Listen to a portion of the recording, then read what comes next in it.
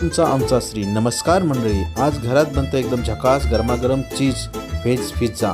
सगळ्यात आधी घेतला पिझ्झा बेस, त्यावर लावला चटणी, पिझ्झा सॉस मस्त मसालेदार, वरून टाकला थोडं मायोनीज म्हणजे टेस्ट डब. आता येत आपल्या रंगबेरंगी भाज्या, बारीक चिरलेला कांदा, टोमॅटो, हिरवी सिमला मिरची आणि गाजर याचा छान असं बारीक चिरून घेतलेले आहेत.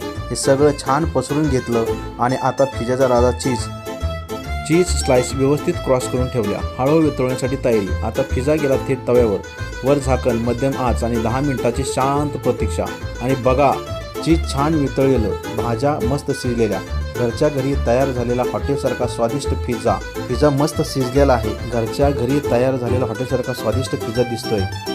व्हिडिओ आवडला असेल तर नक्कीच लाईक करा, शेअर करा आणि चॅनलला सबस्क्राईब करायला विसरू नका. बाय.